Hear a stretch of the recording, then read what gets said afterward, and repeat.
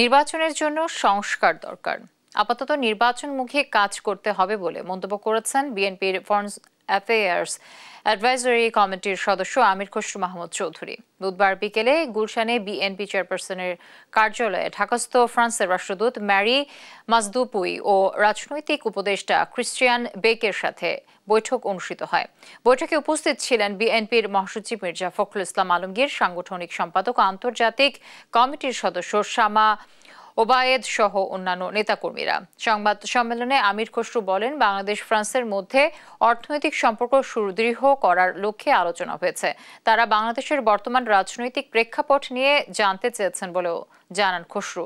বললেন, বাংলাদেশের রাজনৈতিক পরিবেশ দ্রুত পরিবর্তনের বিষয়ে আশা প্রকাশ করেছেন ফ্রান্সের রাষ্ট্রদূত।